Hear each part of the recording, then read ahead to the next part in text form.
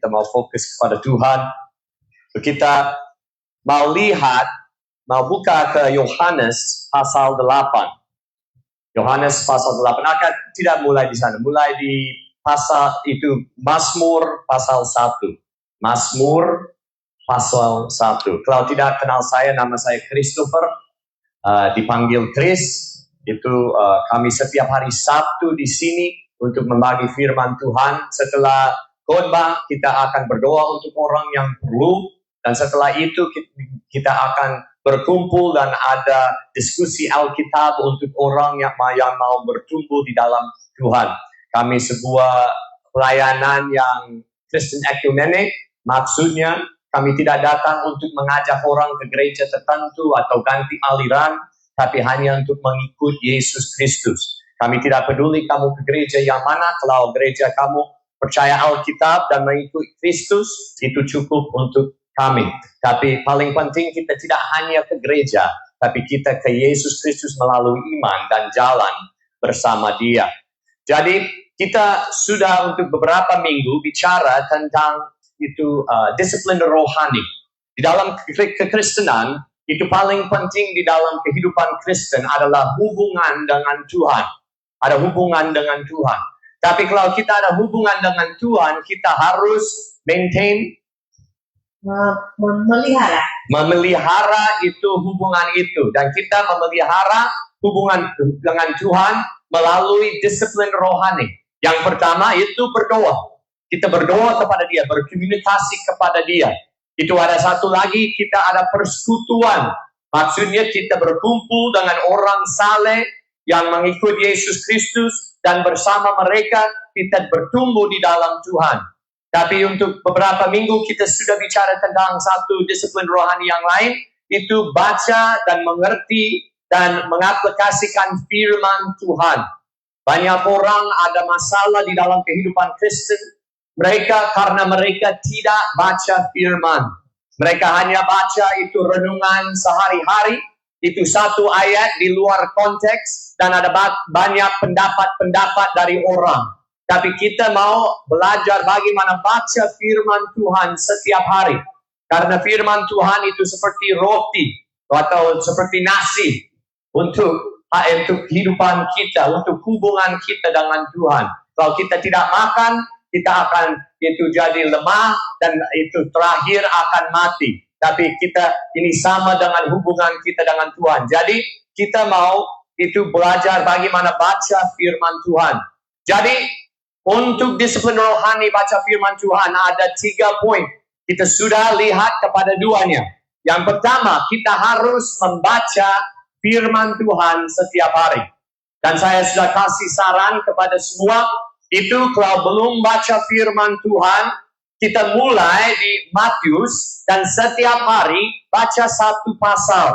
Satu pasal setiap hari baca firman Tuhan. Semulai dengan Matius 1, besok dengan Matius 2, itu hari yang itu setelah itu Matius 3. Setiap hari baca satu pasal.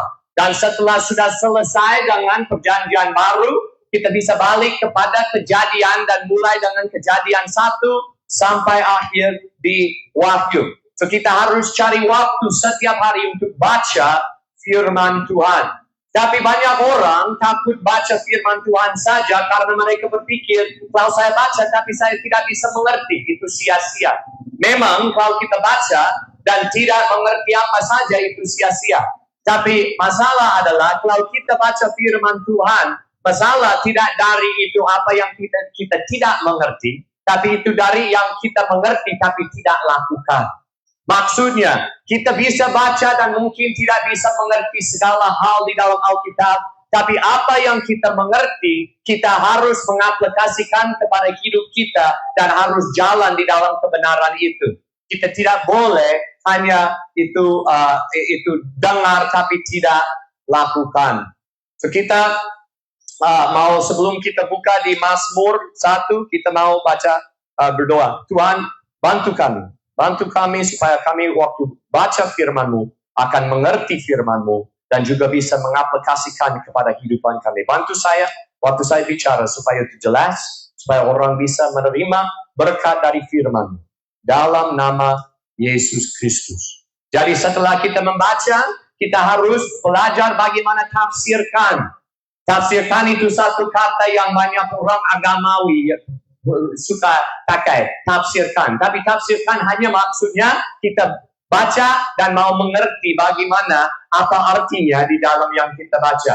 Jadi tafsirkan itu paling penting untuk mengerti bagaimana tafsirkan Alkitab adalah itu tentang apa? Alkitab tentang apa? Itu tentang itu satu orang, Yesus Kristus. Kalau kita baca di Perjanjian Lama atau Perjanjian Baru, itu semua fokus kepada Yesus Kristus dan kerajaannya dan keselamatan di dalam Dia.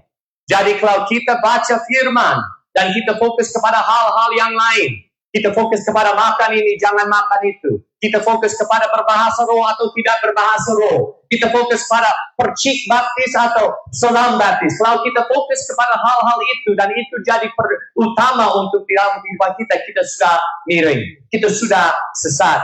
Karena waktu kita baca firman Tuhan, itu paling penting bukan bagaimana kita berkata nama Allah itu Yahweh atau Yahweh atau bagaimana, itu tidak penting. Paling penting kita lihat siapa di dalam Alkitab. Itu tulis tentang siapa, itu tentang Yesus Kristus yang mati dan bangkit dan sekarang duduk di takhta dan akan balik lagi dan menghakimi semua orang dan bawa itu keselamatan untuk orang yang ikut Dia. Kita harus selalu fokus kepada Yesus Kristus. Tapi kita juga belajar itu di setiap pasal di Alkitab. Kalau kita mau tanya, bagaimana tahu ini apa artinya di dalam pasal ini atau di perikop ini? Kita harus lihat di konteks. Maksudnya, kalau kita baca satu ayat dan mungkin itu tidak jelas untuk kita, kita harus baca ayat yang sebelumnya dan ayat yang setelah ayat itu. Supaya kita bisa lihat itu Alkitab bicara tentang apa, supaya kita bisa lihat konteks dan bisa tahu apa maksudnya dari pengajaran Alkitab. Jadi kita sudah baca tentang ini, baca firman Tuhan dan tafsirkan. Tapi hari ini kita mau mulai bicara tentang bagaimana renungkan firman Tuhan. Bagaimana kita bisa merenungkan firman Tuhan. Kita akan mulai dengan baca pasal 1 di ayat di Mazmur. Mazmur 1 ayat 1. 1 dan sampai 3. Sampai 3. Berbahagialah orang yang tidak berjalan menurut nasihat orang fasik, yang tidak berdiri di jalan orang berdosa, dan yang tidak duduk dalam kumpulan pencemooh, tetapi yang kesukaannya ialah Taurat Tuhan, dan yang merenungkan Taurat itu siang dan malam. Ia seperti pohon yang ditanam di tepi aliran air, yang menghasilkan buahnya pada musimnya, dan yang tidak layu daunnya. Apa saja yang diperbuatnya berhasil. So di sini itu berkata, orang saleh mereka selalu itu merenungkan itu Taurat. Maksudnya hukum Allah. Itu firman-Nya. Kita baca Alkitab dan kita merenungkan. Dan kita merenungkan supaya kita bisa tahu apa kehendak Allah dan bagaimana kita bisa lakukan kehendak Allah dan apa janji Allah dan bagaimana percaya kepada janji Allah. Dan kita harus merenungkan. Kita harus merenungkan. Tapi apa maksudnya merenungkan? Ini itu kalau saya bayangkan itu seperti how to say chewing. Mengunyah. Mengunyah. Itu perbedaan dengan menggigit dan mengunyah. Ya, mengunyah. Itu berbeda. Karena kalau kamu lihat satu makanan yang enak dan gigit yang satu gigitan yang besar, tapi tidak mengunyah, kamu mungkin akan mati. Itu tidak akan bantu kamu karena harus mengunyah dulu sebelum swallow. Menelan. Mengunyah sebelum mengelam. Menelan. Saya lagi belajar. Okay. Menelan. Itu mengelam. Swallow. Itu maksudnya swallow bahasa Inggris. Kita bisa belajar sedikit Inggris. So kita harus itu mengunyah dulu dan setelah itu kita harus menelan. Oke. Kalau kita tidak mengunyah, kita akan tadi saya tersedak supaya tidak bisa nafas lagi.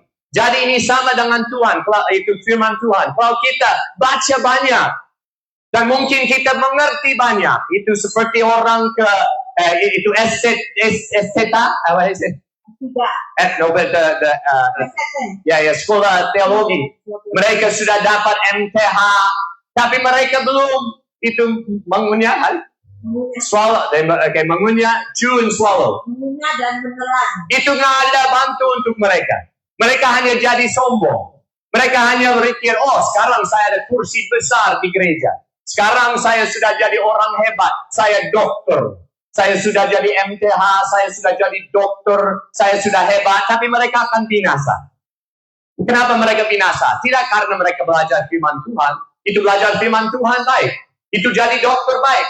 Tapi kalau tidak jadi Kristen, hanya jadi dokter, hanya jadi itu MTH, ini ada masalah. Waktu kita baca firman Tuhan, kita harus mengaplikasikan kepada kehidupan kita. Kalau kita hanya belajar untuk dapat ilmu, tapi kita tidak dapat satu hidup yang baru, itu sia-sia. Jadi waktu kita baca, itu tidak hanya membaca, tapi kita harus mengerti, dan juga harus mengaplikasikan kepada kehidupan kita. Jadi kalau kita tidak, kita akan jadi seperti banyak orang sombong, belajar banyak, tapi akan binasa karena mereka belum mengaplikasikan kepada kehidupan mereka. Jadi apa itu merenungkan? Itu waktu kita baca satu perikop atau satu pasal, kita akan fokus kepada beberapa hal di dalam pasal itu, dan kita akan tanya banyak pertanyaan dari Alkitab. Kita akan tanya, oh ini kenapa? Ini siapa lakukan? Kenapa Tuhan lakukan begitu? Oh, saya bisa belajar apa dari ini? Ini tentang Allah saya bisa belajar apa? Tentang diri sendiri saya bisa belajar apa? Waktu kita baca, kita tidak hanya baca dan itu berikutnya satu pasal, berikutnya satu pasal lagi. Tapi kita baca dan kita berhenti dan dengan diam-diam kita mulai mengunyah firman Tuhan. Kita tanya banyak pertanyaan. Jadi hari ini kita mau lakukan satu hal yang praktek sekali. Kita akan lihat kepada Yohanes pasal 8. Kita akan lihat kepada satu perikop yang mungkin kita baca banyak kali, sering baca dan sudah tahu itu ceritanya. Dan ini bagus kalau kita sudah tahu, karena kita selalu bisa belajar lagi dari setiap perikop di dalam firman Tuhan. Walaupun kita sudah itu menghafal, tapi waktu kita merenungkan pasal itu lagi, kita akan belajar lebih lagi. Dan Allah akan mengaplikasikan hal yang kebenaran kepada kehidupan kita. So kita akan baca itu Yohanes pasal 8 ayat 1 sampai 11. Dan setelah itu kita akan tanya beberapa pertanyaan dari perikop ini, supaya kita bisa mengaplikasikan bagaimana merenungkan firman Tuhan. Tapi kita baca dulu. So, itu step pertama, itu langkah pertama, kita harus baca. Kalau saya tanya sekarang, tidak lihat kepada Alkitab, apa itu di Yohanes 8 ayat 1 sampai 11? Mungkin tidak tahu, kita harus baca. Kita baca dan lihat apa Alkitab berkata kepada kita dulu. So, kita baca ayat 1 sampai 11. Yohanes 8 ayat 1 dan 11 sampai 11. Tetapi Yesus pergi ke Bukit Zaitun. Pagi-pagi benar ia berada lagi di bait Allah, dan seluruh rakyat datang kepadanya. Ia duduk dan mengajar mereka. Maka ahli-ahli Taurat dan orang-orang Farisi membawa kepadanya seorang perempuan yang kedapatan berbuat zina. Mereka menempatkan perempuan itu di tengah-tengah, lalu berkata kepada Yesus, Rabi, perempuan ini tertangkap basah ketika ia sedang berbuat zina. Musa dalam hukum Taurat memerintahkan kita untuk melempari perempuan-perempuan yang demikian. Apakah pendapatmu tentang hal itu? Mereka mengatakan hal itu untuk mencobai dia, supaya mereka memperoleh sesuatu untuk menyalahkannya. Tetapi Yesus membungkuk, lalu menulis dengan jarinya di tanah. Dan ketika mereka terus-menerus bertanya kepadanya, ia pun bangkit berdiri lalu berkata kepada mereka, "Barang siapa di antara kamu tidak berdosa, hendaklah ia yang pertama melemparkan batu kepada perempuan itu." 8. Lalu ia membungkuk pula dan menulis di tanah. Tetapi setelah mereka mendengar perkataan itu, pergilah mereka seorang demi seorang, mulai dari yang tertua. Akhirnya tinggallah Yesus seorang diri dengan perempuan itu yang tetap di tempatnya. Lalu Yesus bangkit berdiri dan berkata kepadanya, "Hai perempuan, di manakah mereka? Tidak adakah seorang yang menghukum engkau?" Jawabnya, "Tidak ada, Tuhan." Lalu kata Yesus, "Aku pun tidak menghukum engkau. Pergilah dan jangan berbuat dosa lagi mulai dari sekarang." Oke, ini kita bayangkan seperti ini pagi. Kita sudah baca firman Tuhan, kita sudah baca 11 ayat, dan kita baca waktu kita mau berdoa kepada Tuhan, dan kita baca perikop ini. Setelah kita sudah baca, kita belum selesai. Kita hanya mulai dengan membaca. Dan kita membaca ini, tapi setelah itu kita harus tafsirkan. Kita harus tahu apa maksudnya dari perikop ini. Kita harus tanya beberapa pertanyaan supaya kita bisa tahu apa artinya dari perikop ini. So ini kenapa terjadi? Mereka bawa satu perempuan yang berdosa, yang berzina, yang berselingkuh, bawa dia kepada Yesus. Dan siapa bawa dia kepada Yesus? Itu orang Farisi, orang pemimpin agama. Dan mereka bawa dia kepada Yesus, dan mereka melempari dia di sebelah di depan Yesus, dan tanya kepada Yesus, kita harus lakukan apa kepada perempuan ini? Di Taurat, hukum Musa itu berkata orang kalau mereka berzina harus dihukum mati. Bagaimana kamu bicara? Dan kenapa mereka tanya ini? Karena mereka mau menjebak dia. Mereka mau menjebakkan dia supaya dia akan jawab salah. Karena situasi, konteks apa? Konteks untuk perikop ini adalah apa? Itu yang pertama, kita harus ingat, ini di perjanjian baru. Tapi itu orang Farisi, mereka hanya berpikir tentang perjanjian lama. Dan mereka berpikir tentang hukum Musa. Dan di hukum Musa itu berkata kalau orang berzina harus dapat hukuman mati. Jadi kita bisa lihat, tapi Yesus, waktu dia datang, perjanjian baru juga datang dengan dia. Ini ada perjanjian baru, itu situasi dan hubungan baru dengan Allah melalui Yesus Kristus.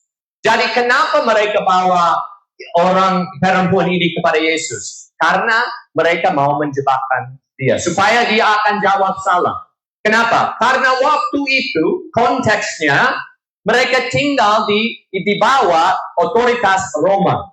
Itu ada kingdom kerajaan Roma sudah di sana dan mengontrol mereka. Maksudnya orang Yahudi tidak bebas untuk kasih hukuman mati kepada rakyat. Itu orang Farisi, mereka tidak sah kalau mereka membunuh seorang karena itu hukuman Musa berkata harus lakukan. Mereka tidak bebas untuk lakukan hukum Taurat. Tapi mereka selalu mau mendukung itu hukum Taurat dan mereka membenci orang Roma. Jadi Yesus, dia satu pemimpin yang baru di Israel. Dan mereka tidak suka dia karena dia selalu melawan orang Farisi. Yesus selalu melawan mereka karena mereka sombong, mereka munafik, dan mereka tidak mengenal Allah, tapi mereka sombong dan berpikir mereka ada pemimpin. Dan karena itu, mereka bawa orang perempuan ini kepada dia, supaya dia bisa jawab salah. You understand, malah? Kalau Yesus berkata, memang betul, harus dapat hukuman mati. Ini maksudnya dia melawan Roma. Karena dia berkata, kita harus lakukan hal yang tidak sah, di bawah dihukum itu Roma. Jadi kalau dia berkata memang kita harus itu lakukan hukum Musa dan dia harus mati. Dia akan ada masalah dengan Roma.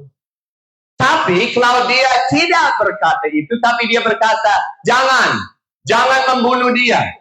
Karena kita di bawah hukum Roma dan kita harus lakukan sesuai dengan pemerintah. Dan kalau dia jawab begitu, rakyat akan menolak dia.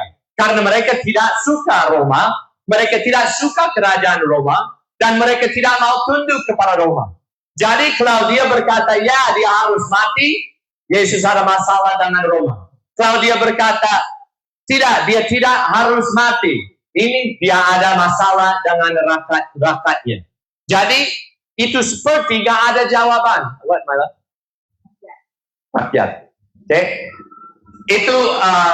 Itu seperti gak ada jawaban yang betul, yang bisa jawab tanpa ada masalah untuk Yesus. Tapi dia bagaimana jawab? Dia lakukan apa? Dia hanya duduk dan dia tulis di hari saya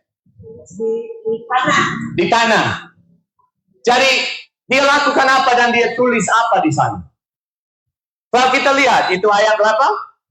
Ayat 8. Ayat 8. Baca. Lalu ia membungkus pula dan menulis di tanah. Dia tulis apa di sana? Kita tidak tahu. Alkitab tidak berkata. Kita tidak tahu dia tulis apa. Itu banyak orang kalau mereka baca firman Tuhan, mereka baca perikop ini, mereka hanya berpikir, tapi dia tulis apa? Dia tulis apa? Dan mereka tidak bisa menerima kebenaran dari firman karena mereka selalu berpikir tentang hal yang Allah tidak berkata. Jadi, waktu kita baca firman Tuhan, kadang-kadang kita tidak bisa mengerti setiap ayat. Kita tidak bisa mengerti setiap situasi.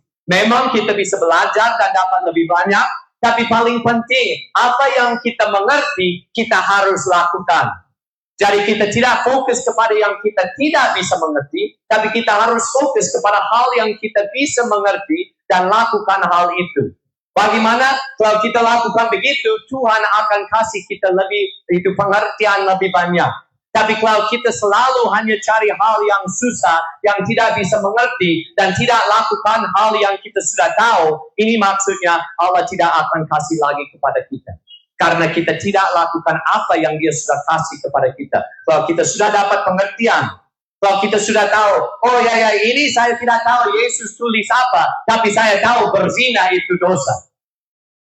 Tapi kita masih berzina dan hanya tanya, ya tapi dia tulis apa? Dia tulis apa? Tapi kita terus berselingkuh, berzina, itu ada seks bebas, kita lakukan dosa itu. Tapi Tuhan, tulis apa di tanah ya? Dia tidak akan jawab. Dia tidak akan jawab. Kenapa? Karena kita tidak mau dengar firman-Nya. Kita tidak mau dengar firman-Nya, kita hanya mau dapat pengetahuan seperti orang MTH atau orang yang jadi PhD atau dokter. Ya, kalau mereka tidak ikut Tuhan, tapi mereka hanya mau dapat pengetahuan. Dan kita bisa jadi sama, walaupun kita bukan itu dokter, walaupun kita bukan orang yang hebat di gereja, tapi kita juga bisa, oh ya saya berselingkuh, tapi saya mau tanya, ini kenapa dia tulis di sana? Jangan menipu diri sendiri. Kita harus lakukan apa yang kita mengerti dari firman Tuhan. Kalau kita hanya mau dapat pengetahuan lagi, kita akan sia-sia baca firman Tuhan. Jadi kita tidak tahu. Saya tidak tahu sama sekali. Saya sudah untuk 32 tahun saya ikut Yesus dan saya sering berpikir, dia tulis apa? Sampai sekarang saya tidak tahu. Saya mungkin bisa berkata, mungkin dia tulis itu hukum Taurat, mungkin tidak tahu. Saya tidak pasti. Tidak bisa tahu dengan 100%. So, kita baca firman Tuhan, tapi kita bisa tahu konteksnya. Mereka bawa cewek ini karena mereka iri hati pada Yesus Kristus dan mereka mau menjebak dia supaya dia akan ada masalah dengan Roma atau dengan rakyat. Supaya itu dia akan ditolak dan mereka bisa terus jadi pemimpin di Israel. Jadi setelah dia tulis di tanah, dia berkata begini, ayat 9. Ayat 9, tetapi setelah mereka... Oh, no, bukan. Itu ayat 7, sebelum dia tulis. 7. Dan ketika mereka terus-menerus bertanya kepadanya, ia pun bangkit berdiri lalu berkata kepada mereka, barang siapa di antara kamu tidak berdosa, Hendaklah ia yang pertama melemparkan batu kepada perempuan itu. Jadi jawabannya itu ada hikmat. Jawabannya, dia jawab, jangan membunuh dia, jangan mematikan dia. Dia tidak berkata begitu. Tapi dia berkata, siapa yang tidak pernah berdosa, kamu ada hak untuk mematikan dia. Jadi, ini melawan Roma? Tidak, karena nggak ada orang punya hak untuk mematikan dia karena semua orang berdosa. Tapi ini melawan hukum itu Musa supaya rakyat akan marah, dia menolak hukum Musa? Tidak, karena dia berkata silakan lakukan, tapi hanya kalau kamu tidak pernah berdosa. Jadi itu kelihatan seperti nggak ada jawaban yang betul, tapi waktu dia jawab itu orang Farisi, orang agamawi, mereka tidak bisa jawab apa saja, mereka tidak bisa berkata apa saja karena dia berkata dengan jelas. Sampai dia berkata di ayat 9. Tetapi setelah mereka mendengar perkataan itu, pergilah mereka seorang demi seorang, mulai dari yang tertua. Akhirnya tinggallah Yesus seorang diri dengan perempuan itu yang tetap di tempatnya. Jadi waktu dia berkata, kalau kamu tidak pernah berdosa, silakan lempar batu dan matikan dia. Mereka mulai berpikir, kalau saya munafik. Karena saya pernah itu melawan itu hukum Tuhan. Saya juga pernah melanggar hukum Tuhan dan saya pernah berdosa. Jadi mereka mulai berpikir, itu mulai dengan orang tua. Mereka tidak bisa jawab, saya tidak ada dosa. Mereka sudah sadar dosa mereka dan mereka tidak membunuh ibu itu. Tapi itu sampai orang muda juga. Mereka semua pulang. Karena mereka semua tidak ada hak untuk membunuh dia. Walaupun hukum Musa berkata orang berselingkuh, orang berzina harus mati, tapi mereka tidak ada hak untuk lakukan. Hanya Allah ada hak untuk menghakimi ibu itu. Dan dia berdiri di sana. Dan karena itu dia tanya di ayat 10. Lalu Yesus bangkit berdiri dan berkata kepadanya, "Hai perempuan, di manakah mereka? Tidak adakah seorang yang menghukum engkau?" 11. Jawabnya, "Tidak ada Tuhan." Lalu kata Yesus, "Aku pun tidak menghukum engkau. Pergilah dan jangan berbuat dosa lagi mulai dari sekarang." Hanya satu orang ada hak untuk membunuh dia, untuk mematikan dia sesuai dengan hukum Musa. Itu Yesus Kristus sendiri karena dia tidak pernah berdosa. Tapi kita lihat di sini, walaupun dia layak mati, walaupun dia layak dapat hukuman mati, tapi Yesus Kristus penuh dengan belas kasihan mengampuni dia dan biar dia pulang. Dia mengampuni dan biar dia pulang karena dia penuh dengan belas kasihan, tapi dia masih membenci dosa. Dia tidak berkata, oke, tidak masalah, berdosa itu satu hal yang kecil, silakan balik kepada cowok itu. Dia tidak berkata begitu. Tapi dia berkata kepada perempuan, jangan lakukan, jangan berbuat dosa lagi. Karena dia membenci dosa, tapi dia mengasihi orang yang pernah lakukan dosa. Tapi dia memanggil mereka untuk bertobat dari dosa mereka dan tunduk kepada hukum Allah. Jadi kita bisa lihat, ini tafsirkan, kita bisa lihat, situasi kita bisa mengerti. Orang Farisi, mereka tidak suka Yesus, dan mereka mau menjebak dia, dan karena itu mereka bawa satu perempuan yang sudah berdosa, dan mereka mau menjebak dia, tapi dia jawab dengan hikmat. Dan dia juga jawab, waktu dia jawab, itu menyatakan dia mengasihi kepada orang berdosa, tapi dia juga membenci dosa. Itu tafsirkan, kita bisa mengerti. Ini adalah situasinya. Kenapa Farisi lakukan? Begini. Kenapa perempuan? Karena dia penuh dengan dosa. Kenapa Yesus jawab begitu? Karena dia ada hikmat, dan dia penuh dengan belas kasihan, dan dia membenci dosa. Kita bisa mengerti. Ini tafsirkan. So ini yang kedua. So kita sudah membaca ayat 1 sampai 11. Dan kita juga sudah tafsirkan dan mengerti situasinya. Ini tidak maksudnya kita mengerti setiap ayat, setiap detik di perikop itu karena kita masih tidak tahu dia tulis apa di tanah. Itu adalah hal yang kita tidak mengerti, tapi situasinya secara umum, secara besar kita bisa mengerti dan bisa mengerti, oh ini situasinya karena konteks di Israel waktu Yesus, konteks dengan Persia, dengan Roma, kita bisa mengerti, oh ini adalah situasinya. So kita sudah membaca dan sudah tafsirkan.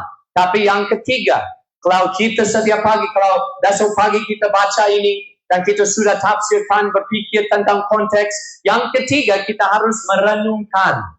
Kita harus lihat, ini bagaimana bisa mengaplikasi kepada kehidupan saya. Karena ini sudah terjadi 2000 tahun yang lalu. Itu tempat jauh dari Manado. Itu orang yang pakai bahasa beda dengan orang Manado. Pakai itu budaya yang beda. Itu situasi dan konteks yang berbeda. Ini maksudnya, ini tidak ada kaitan seperti dengan kita. Tapi itu ada kaitan karena itu firman Tuhan. Tapi kita harus lihat lebih dalam supaya kita bisa mengaplikasikan ini kepada kehidupan kita.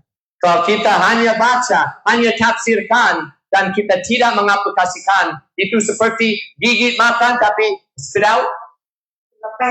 dilepeh lagi supaya tidak dapat nutrisi. Tidak dapat, ada saya nutrisi. Kalau kita hanya gigit dan spit, di ludahnya, dibuang ya, dilepeh.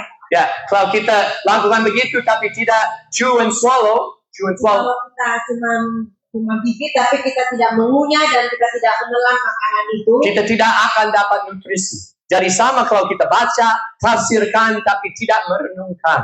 Jadi kita harus pelan-pelan dan kita harus balik kepada perikop ini dan kita harus mulai tanya pertanyaan dan merenungkan bagaimana ini ada kaitan apa dengan kehidupan saya. Jadi saya mau kasih beberapa pertanyaan yang praktek yang kita bisa setiap hari pakai waktu kita baca firman Tuhan supaya kita bisa merenungkan firman Tuhan. Kita ini bisa tanya pertanyaan ini supaya kita bisa lebih berpikir tentang perikop yang spesifik. Yang spesifik. Ya, yang itu. So kita bisa pakai. So kita akan tanya ini kalau pakai mau lakukan catatan untuk orang yang lakukan catatan, tanya beberapa pertanyaan. Yang pertama kita tanya, dari perikop ini kita belajar apa tentang karakter Allah? Dari perikop ini kita belajar apa tentang karakter Allah? Yang kedua, dari perikop ini kita belajar apa tentang kehendak Allah? Kita belajar apa tentang kehendak Allah? Kita juga mau tanya, dari perikop ini kita belajar apa tentang karakter manusia? Karakter manusia. Terus kita mau tanya, kita belajar apa tentang dosa? Terus kita mau tanya, kita belajar apa dari perikop ini tentang keselamatan dari Yesus Kristus? Kita belajar apa tentang keselamatan dari Yesus Kristus di dalam perikop ini? Dan yang terakhir, kita akan tanya, ini saya bisa belajar apa tentang diri sendiri dari perikop ini? Belajar apa tentang diri sendiri dari perikop ini? Ini bukan yang satu daftar tentang pertanyaan yang lengkap. Ini hanya saran saja supaya kita bisa mulai merenungkan firman Tuhan. Dan kita akan tanya dari perikop tertentu. Kita akan tanya, wah ini tentang karakter Allah bagaimana? Oh ini tentang karakter saya bagaimana? Tentang dosa saya belajar apa? Dan kita akan praktek itu sekarang. So dari perikop ini, kita mau tanya dulu, kita belajar apa tentang karakter Allah? Dari perikop ini, dengan cewek yang berselingkuh, ditangkap, hampir dapat hukuman mati, tapi diselamatkan dari Yesus Kristus, dan orang Farisi mau menjebak Yesus, kita belajar apa tentang karakter Allah? Yang pertama, kita ingat, siapa tulis atau siapa kasih kepada Musa itu hukum Taurat? Itu Allah sendiri. Allah sendiri kasih hukum kepada Musa. Dan di dalam hukum itu berkata, kalau orang berselingkuh, maksudnya kalau mereka itu lakukan seks di luar itu pernikahan, mereka harus mati. Mereka layak mati. Maksudnya kalau kamu di sini dan kamu lakukan seks di luar pernikahan, kamu layak di hadapan karakter Allah yang kudus. Kamu layak mati. Karena Alkitab berkata upah dosa adalah maut. Jadi Allah membenci dosa dan ada akibat untuk dosa, itu maut. Allah kudus dan dia tidak mengabaikan dosa, tapi dia membenci dosa. Dan karena itu kita bisa belajar Allah seperti apa. Dia kudus, kudus, kudus. Dia membenci dosa. Dan kita bisa lihat itu karena itu hukum Musa itu dari Tuhan. Dan dia di dalam hukum Musa, kasih kepada Musa, itu kalau orang berzina, tapi tidak hanya orang berzina, tapi orang membunuh atau lakukan hal yang lain, mereka layak mati. Dan di perjanjian baru kita pernah belajar, itu untuk satu dosa pun, itu kita layak dimatikan. Karena itu kita lihat di itu perjanjian lama, waktu Adam dan Hawa mereka berdosa berapa kali sebelum mereka dapat hukuman mati? 1 kali.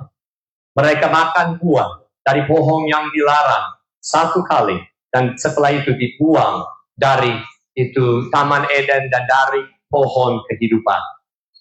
So kita bisa lihat Allah seperti apa, dia kudus, dia membenci dosa.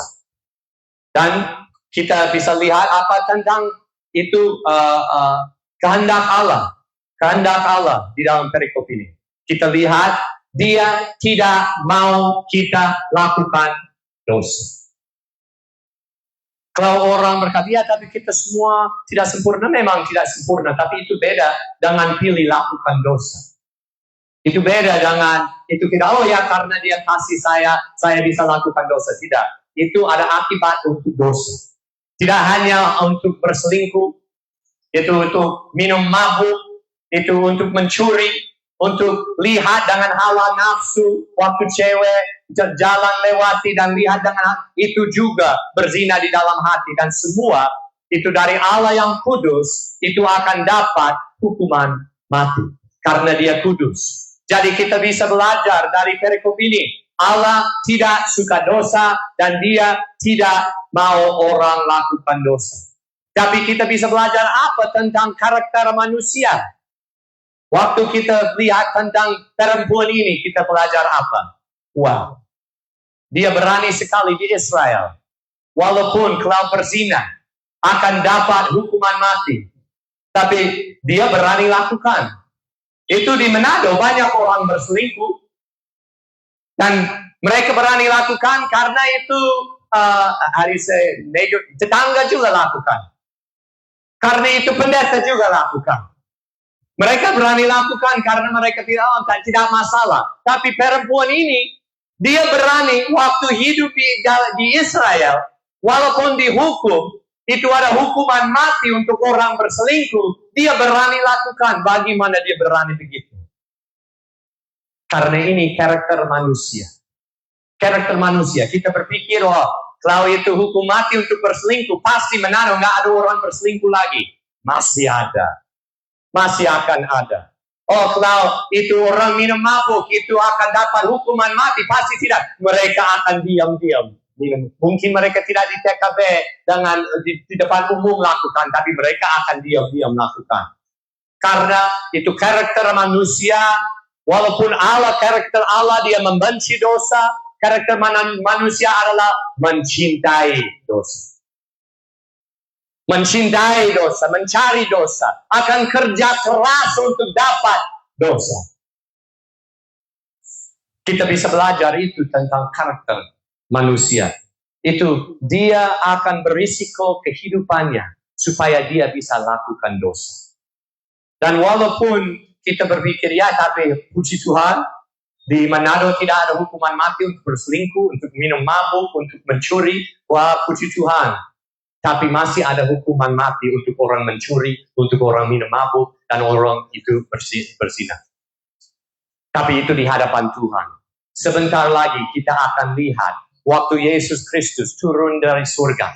Dan dia menghakimi semua orang menurut perbuatan mereka. Kita akan lihat kalau Manado ada hukuman mati untuk dosa atau tidak.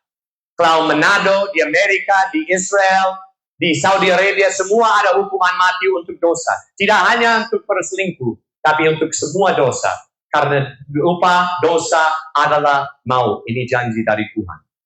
Tapi manusia, mereka itu akan cari dosa. Kenapa itu perempuan ini dia berani lakukan dosa walaupun dia tahu itu berisiko kehidupannya? Karena dosa seperti itu. Kita bisa tanya, kita belajar apa tentang dosa dari perikop ini? Apa tentang dosa? Dosa akan mengontrol kehidupan kita dan membunuh kita. Itu dosa akan mengontrol kehidupan kita dan itu akan membunuh kita. Itu banyak orang di Manado sekarang, kalau mereka mau berhenti minum mabuk, mereka akan jadi sakit. Kalau mereka mau berhenti, tidak lakukan untuk beberapa hari saja, mereka akan rasa tidak enak badan. Karena mereka sudah diikat oleh kuasa dosa tertentu. Mereka sudah diikat, dan karena itu, mereka akan selalu berpikir itu, waktu mereka mulai tidak seperti itu. Waktu mereka mulai, mungkin mereka di SMP, dan teman-temannya, mereka mencuri, itu cap tikus dari bapaknya, dan mereka keluar dan cari tempat minum mabuk. Dan mereka bicara kepada orang tua, oh saya akan tinggal di sana, supaya orang tua tidak tahu. Dan mereka itu senyum-senyum, mungkin minum sedikit terlalu banyak dan muntah. Tapi mereka semua, mereka tertawa karena teman muntah. Dan mereka semua, setelah itu mereka semua senang. Kita lakukan apa yang kemarin itu keren. Wah itu hebat. Dan mungkin ada beberapa bulan lagi mereka tidak ada kesempatan untuk minum. Tapi waktu mereka ada kesempatan lagi, mereka berkata, oh ini pernah enak, saya mau coba lagi. Sampai itu sudah terjadi biasa. Sampai di Manado, dengan malu sekali, orang waktu merayakan itu hari Natal, kelahiran Yesus Kristus, mereka juga berontak pada Yesus Kristus dan minum mabuk. Mereka bisa menghujat Yesus Kristus dengan tindakan mereka. Dan waktu mereka berkata mereka merayakan Yesus. Ini malu sekali. Tapi kenapa? Karena sudah diikat. Itu mulai dengan berkata, ini enak, saya senang. Tapi sekarang, kalau mereka minum mabuk, mereka jadi marah. Itu orang tahu, kalau dia mabuk, jangan bicara dengan dia. Mungkin dia akan tusukmu. Hati-hati dia sudah mabuk. Lebih bagus, jauh.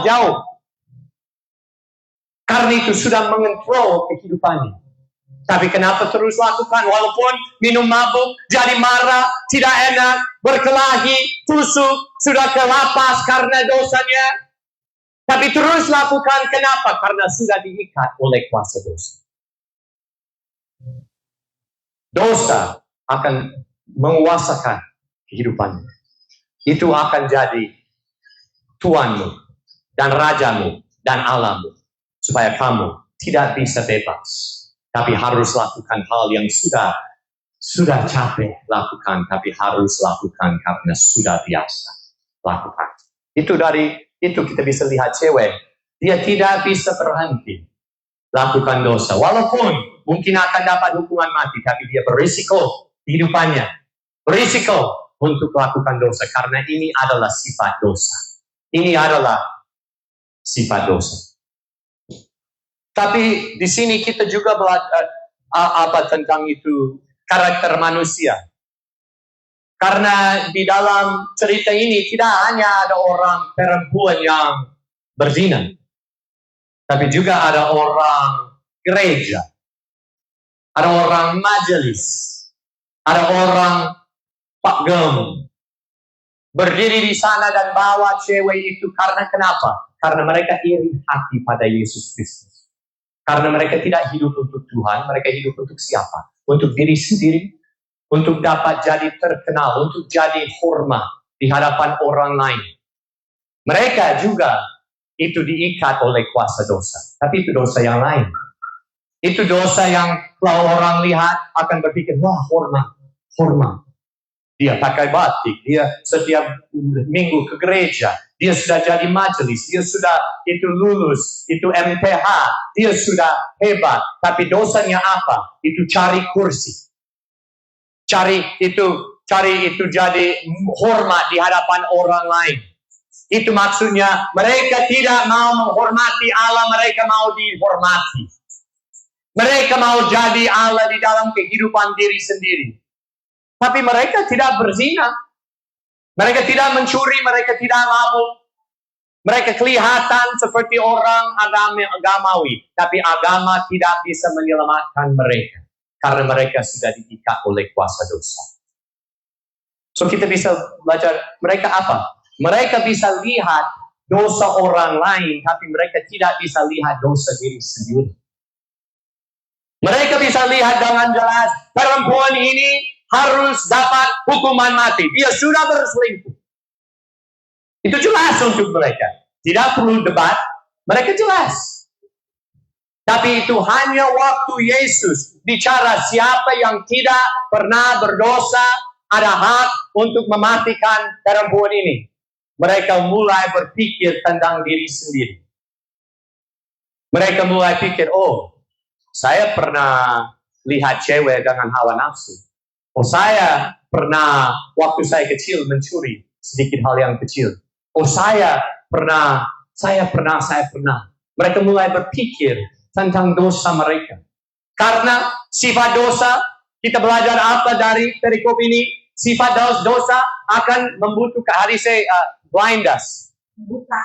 Membutakan kita supaya kita tidak bisa lihat kebenaran lagi. Karena itu tidak semua pendeta, tapi banyak pendeta di Manado. Tidak semua. Ada yang baik juga. Tapi banyak pendeta akan ke neraka. Walaupun mereka kelihatan baik. Walaupun gereja gedung sudah besar. Walaupun sudah di internet mereka sudah jadi terkenal. Walaupun banyak orang pagam. Tapi mereka akan binasa ke neraka karena mereka sudah jadi buta. Karena mereka bisa lihat kepada dosa orang lain. Tapi mereka tidak bisa lihat kepada dosa diri sendiri. Kalau bicara gosip tentang orang di TKP, pasti orang akan, oh ya begitu, dia begitu, dia bicara begitu, dia berselingkuh lagi dengan cewek yang lain. Bisa bicara. Tapi mereka masih hidup di dalam dosa dan tidak tahu. Mereka bisa menghakimi orang lain, tapi mereka tidak sadar tentang dosa diri sendiri. Kalau mereka lihat, seperti Farisi ini, mereka lihat, wah dia berselingkuh, harus mati. Tapi waktu mereka berpikir tentang dosa mereka sombong di hadapan Allah, mereka berpikir itu hal kecil saja. Itu hanya di dalam hati saya. Saya tidak lakukan berontakan, saya hanya di dalam hati sedikit sombong. Tapi mereka tidak sadar. Mereka di hadapan Allah sudah terlanjang. Dan Allah lihat hati mereka yang berontak pada mereka. Sama seperti cewek itu. Mereka tidak bisa lihat dan sadar diri karena dosa sudah membutakan hati mereka supaya mereka bisa berpikir tentang dosa orang lain. Tapi mereka akan mengecili. Tadi saya mengecilkan dosa diri sendiri. Supaya mereka berpikir, ya saya tidak sempurna. Ya, memang saya tidak sempurna, tapi saya tidak seperti dia. Memang saya juga pernah jatuh ini. Kita semua tidak sempurna ya. Kita semua manusia. Tapi saya tidak seperti orang begitu. Saya ada dosa begini. Ini memang, tapi ini kecil. Itu dosa besar mereka tusuk orang. Saya bantu orang miskin. Walaupun lihat porno. Tapi saya bantu orang miskin. Itu hal kecil. Karena sifat dosa akan membutakan kita tentang dosa sendiri dan masalah diri sendiri di hadapan Allah. Kita bisa belajar ini dari perikop ini.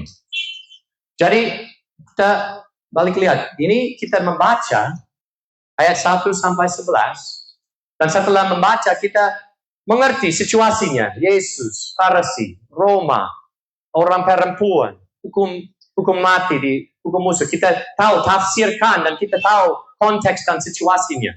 Tapi setelah itu kita harus lebih lihat di dalam dan tanya pertanyaan dari perikop supaya kita bisa merenungkan firman Tuhan, supaya bisa mengaplikasikan kepada hidup diri sendiri. Jadi itu tidak cukup hanya baca, itu tidak cukup hanya belajar, tapi kita harus merenungkan firman Tuhan dan mengaplikasikan kepada hidup kita. Jadi kita belajar tentang dosa, tentang karakter Allah dia kudus, tentang manusia mereka cari dosa. Kenapa? Karena sifat dosa itu akan mengikatkan mereka supaya kita tidak bebas lagi.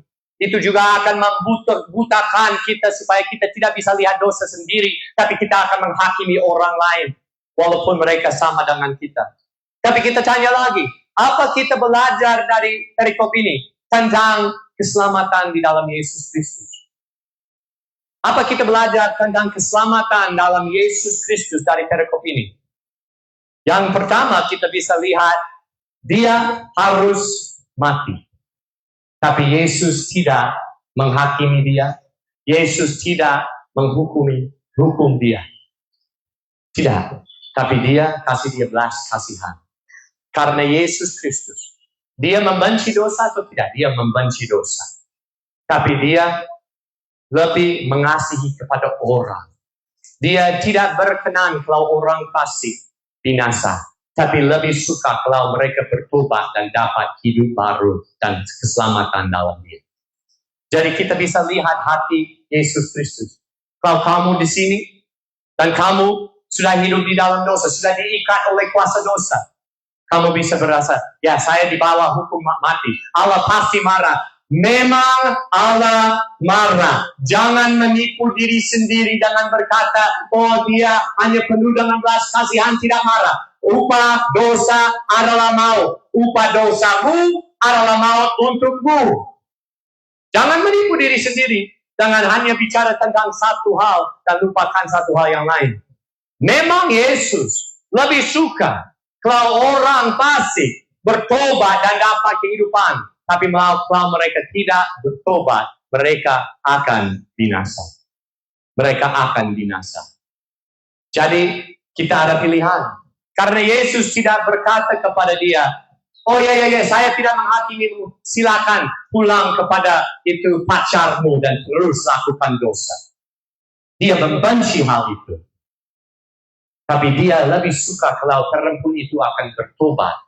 Tunduk kepada dia. Dan dapat hidup kekal melalui Yesus.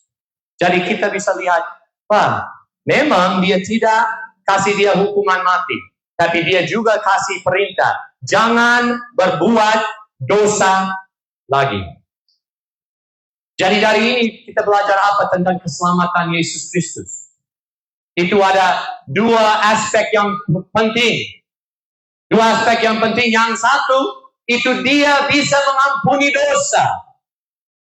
Kita dari kecil di sekolah minggu sudah belajar Yesus mati untuk dosa saya, supaya saya bisa dapat pengampunan dosa dan ke surga. Itu memang betul, tapi itu hanya setengah. Tapi itu memang betul. Yesus sudah mati untuk dosamu, supaya sekarang duduk di sebelah Allah Bapa. Dia ada hak dan ada otoritas untuk mengampuni dosamu. Orang hari itu mereka tidak ada hak untuk menghakimi atau untuk mengampuni. Tapi Yesus Kristus sudah dapat dua-duanya. Dia karena dia mati untuk saya dan mati untuk kamu. Dia ada otoritas untuk menghakimi kita atau untuk mengampuni. Bukan Yesus yang disalib bisa mengampunimu. Yesus di sebelah Allah Bapa yang sekarang, yang sudah mati dan sudah bangkit dari kematian dan sudah dapat segala otoritas di surga dan di bumi. Dia ada otoritas untuk mengampunimu kalau kamu balik kepada dia, percaya kepada dia, tunduk kepada dia, bersandar kepada dia. Tapi dia juga ada otoritas dan dia juga rela hati lemparimu ke neraka kalau kamu tidak berbalik dari dosamu. Karena itu tidak hanya di dalam keselamatan Yesus Kristus tidak hanya ada pengampunan dosa, tapi juga ada kuasa untuk dibebaskan dari kuasa dosa. Dia tidak hanya mati supaya kamu bisa dapat pengampunan, tapi dia bangkit dari kematian supaya bisa duduk di sebelah Allah Bapa, turunkan Roh Kudus di dalam hatimu supaya kamu bisa jadi ciptaan baru dan bisa jalan bersama Dia di dalam kehendak Allah, dan jangan berbuat dosa lagi. Jadi kita harus dari sini lihat, itu tidak hanya Yesus mengampuni satu perempuan yang melakukan dosa dan biar dia pulang. Tapi dia mengampuni dia dan dia biar dia pulang dan berkata, jangan berbuat dosa lagi. Karena kalau terus hidup di dalam dosa, saya akan menghakimimu. Karena saya di sini yang ada hak untuk lempar batu kepadamu. Karena Yesus Kristus hanya Dia ada hak untuk lakukan. Hari itu dia tidak lakukan, tapi kalau perempuan itu tidak mau bertobat, waktu hari penghakiman, waktu hari kiamat datang, dia akan menghakimi dia di dalam dosanya. Jadi kita harus bertobat dan bersandar pada Yesus Kristus.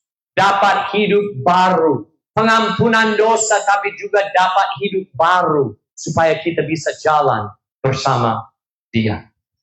Karena Dia tidak hanya datang untuk mengampuni, tapi untuk membebaskan kita dari kuasa dosa. Dia datang untuk menyatakan kepada diri sendiri. Banyak orang berpikir, boleh selalu bicara tentang dosa, selalu bicara tentang pertobatan, selalu bicara tentang dosa menado terkhusus, munafik banget. Itu kota berdoa, bukan kota berdosa. Oh, kenapa bicara hal yang malukan itu pada kota kita? Karena di hadapan Tuhan ini malu sekali. Kenapa? Karena kita berpikir kita sudah dibutakan, sudah berpikir kita itu satu kota yang kudus. Karena ada banyak gereja, tapi gereja pun ada berselingkuh, ada mencuri uang, ada itu sombong. Tapi kita, tapi ada banyak itu salib kan? Ada banyak salib. Kita sudah jadi bodoh. Kita sudah jadi buta. Karena sifat dosa akan membutakan kita. Supaya kita tidak bisa lihat. Kita lihat itu kota yang lain. Wah, kita lihat Aceh. Mereka tidak ada banyak gereja seperti ini. Wah, Bali itu banyak. Berhala. Itu berhala di sana. Oh, tapi kita kota gereja. Kota gereja munafik. Kebanyakan. Ada yang baik. Ada pendeta yang baik sekali. Ada yang baik yang mereka terus lakukan kerja Tuhan. Walaupun di satu kota yang fasik sekali. Mereka lakukan. Tapi juga ada banyak hanya cari nama. Hanya cari kursi. Hari cari politik. Hari cari apa saja. Supaya mereka bisa jadi hebat di Manado. Tapi mereka tidak berpikir tentang surga. Jadi kenapa boleh bicara hal yang keras begini? Tidak tahu kita rasa tersinggung. Tersinggung atau tidak tersinggung, itu benar atau tidak benar. Itu banyak pendeta, mereka tidak cari uang, cari kursi.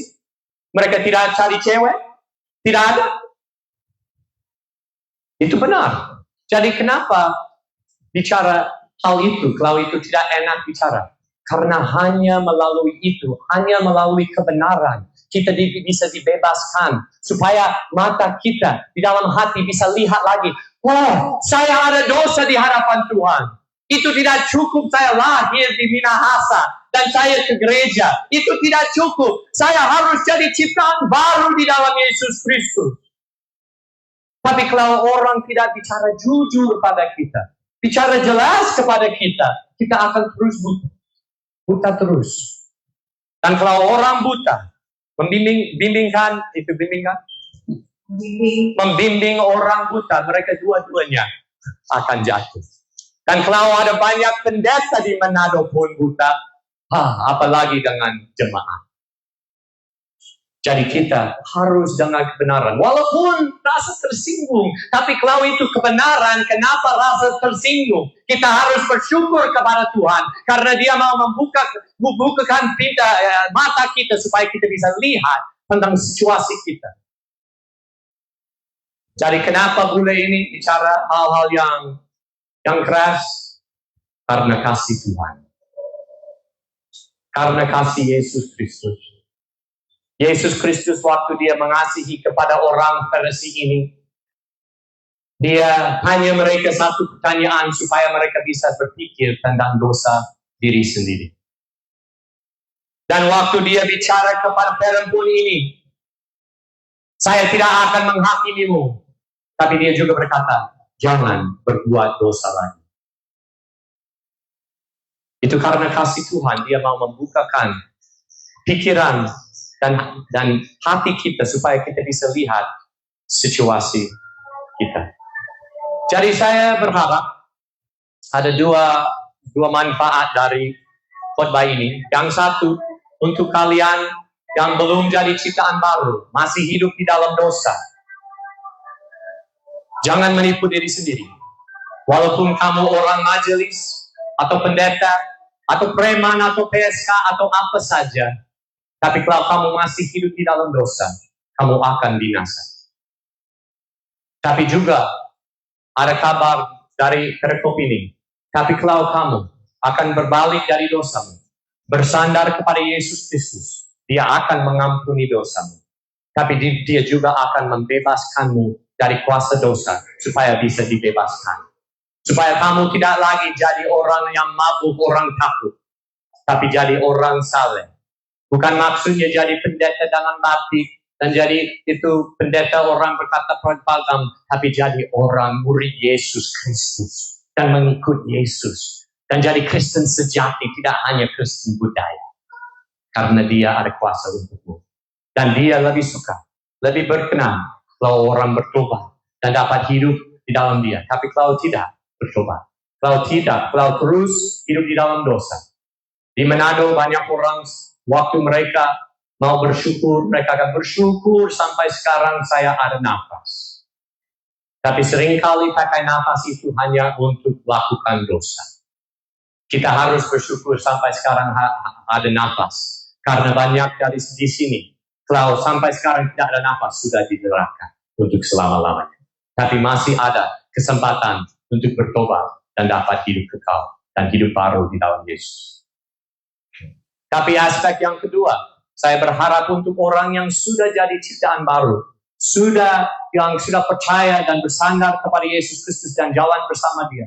Walaupun tidak sempurna, memang kita tidak sempurna, tapi kita tidak berontak pada Tuhan lagi, tapi kita belajar bagaimana tunduk kepada dia. Satu hal yang penting untuk dapat anugerah dari Tuhan, kita setiap hari harus membaca firman Tuhan. Dan waktu kita membaca, tidak hanya membaca, tapi kita bisa lihat konteks-konteks, supaya kita bisa tafsirkan dan tahu dan mengerti apa artinya. Tapi kalau membaca dan nak tafsirkan itu tidak cukup. Setelah itu kita harus merenungkan firman Tuhan. Kita harus lihat lebih lama di satu perikop. Tanya, apa ini tentang Allah? Kita belajar apa tentang sifat dosa? Kita belajar apa tentang sifat manusia? Atau tentang diri sendiri saya belajar apa? Jadi saya berharap dari ini, perikop ini kita semua akan tanya, ini perempuan dengan Farisi, dengan Yesus, saya belajar apa tentang diri sendiri?